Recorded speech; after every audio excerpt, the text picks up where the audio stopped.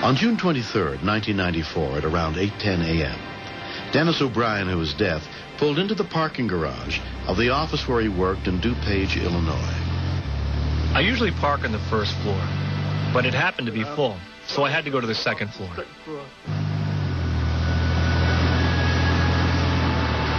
The second level was full, too. I'm getting anxious and thinking, I'm late for work. I need to find a parking space now. Back up, there's a problem. She was scared out of her mind and didn't stop to explain.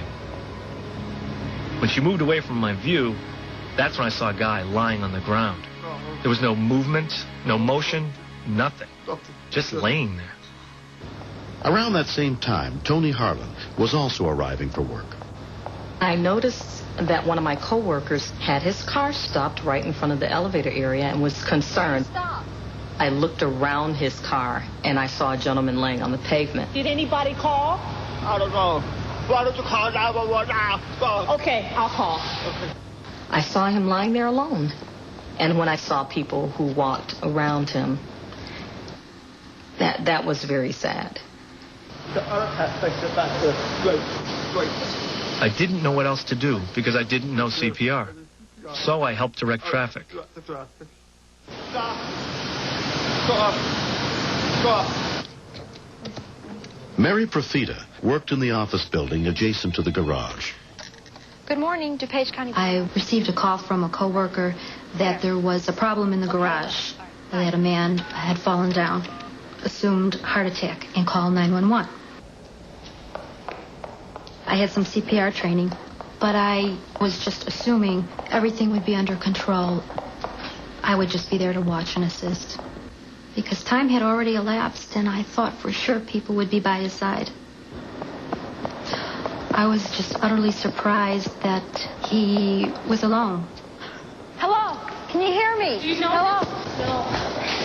Sir? I don't feel a pulse. Sir, see if you can find My hands were shaking, and so I reached under his neck and felt for a pulse with my fingertips and felt nothing. Breathe. He immediately started to do the breathing for him. I knew that the life signs were not there, but I didn't see him as someone dead. I saw him as a human being lying there needing help. I would have stayed there regardless, because no one needs to die that way by themselves. I hope to God I was doing everything right, because this was going to determine how this man's life was going to turn out. There were no volunteers to assist, and we're beginning to wonder when help would arrive. 2, 3.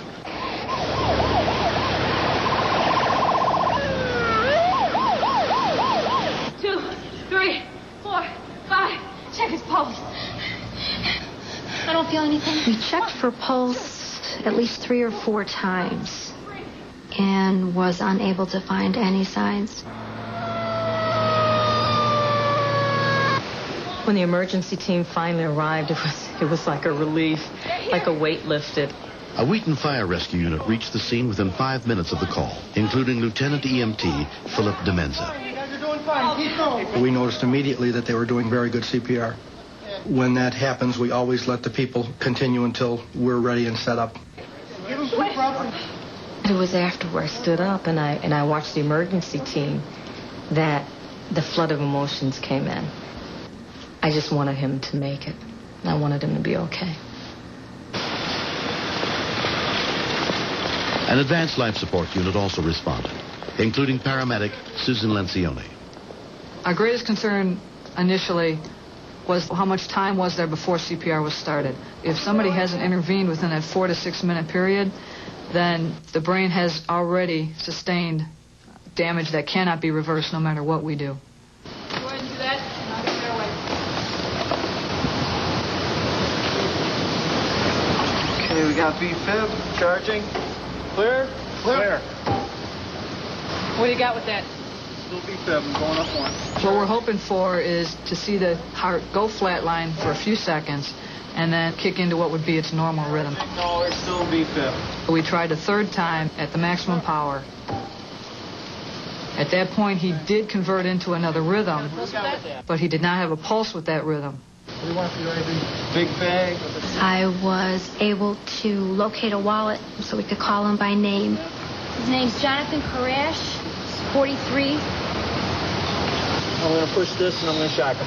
At this point, he went back into ventricular fibrillation. Still trying to breathe. He was breathing about 4 a minute, which is really unusual for a patient who's in full arrest. Clear. Clear. Clear. We're going to push this and we're going to shock him again. Start the CPR again. No matter what we did, we couldn't make the patient come back again. Clear. Clear. It's very frustrating and sad sometimes in the job that we have to know that you've done everything you can, but we just didn't do it for him. After working on the victim for nearly 30 minutes without regaining a pulse, rescue workers decided to transport him to the hospital.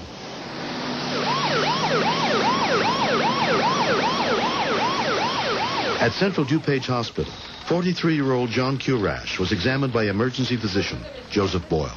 I think you went in a okay, get him over here. He was still in ventricular fibrillation. This is the best cardiac dysrhythmia to be saved from, basically. So I was surprised that he hadn't come back. Let me check with a quick look. Can I get a line out? Yeah. Okay. Yeah, I got a second line. Okay, I got the whole. He's still in fib. Let's shock him, charge it. Okay. Clear? Clear. No change.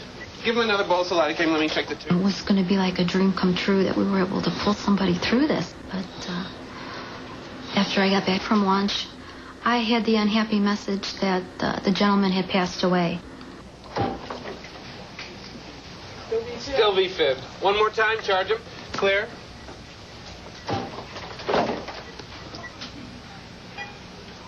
The heart finally got a pulse, and the blood pressure was restored. Nice job, you guys. You got him back. Well, I'll talk to the cardiologist upstairs. Let's pack him up. They had scheduled a 2 o'clock session for us with the counselors to talk about our feelings. And right in the beginning of this session, our safety chief comes into the room and he says, the good news is he isn't dead. But the bad news is that he is in very critical condition. Your husband had sudden death outside the... When John's wife, Terry, got to the hospital, a doctor explained that he had suffered sudden death syndrome, which caused his heart to arrest. Is he going to be okay? It's really hard to tell at this point. I was trying to talk to him, to tell him that I was there, to tell him that I loved him, and that the kids loved him, and that we were there for him, and everything was going to be okay.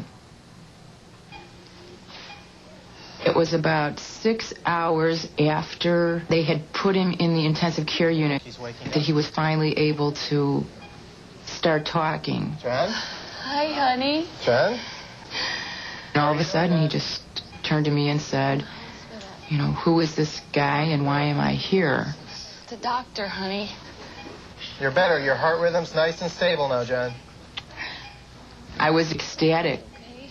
I love John very much, and I'm very happy that he's well and that he's really himself and that we're going to enjoy as many days together as we can.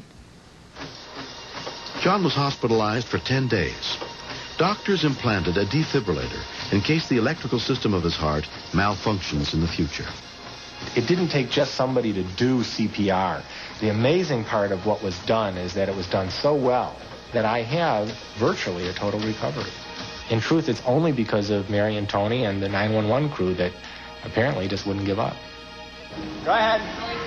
11-year-old Tracy is the oldest of John and Terry's 3 children.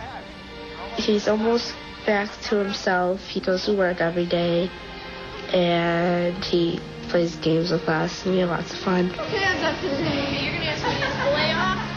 I'm not exactly sure why my dad's alive today, but I know that it had a lot to do with Mary and Tony, and they saved him, and I think God gave a little help, too. Come on in. Mary, Terry. Tony. Jonathan, how are you? Oh, God, it's good to see you guys. This is Tony. Hi. Nice to meet you. I appreciate everything they did, My kids appreciate it, and John appreciates it, and he views each day as a gift. I don't know how we can ever thank both of you enough.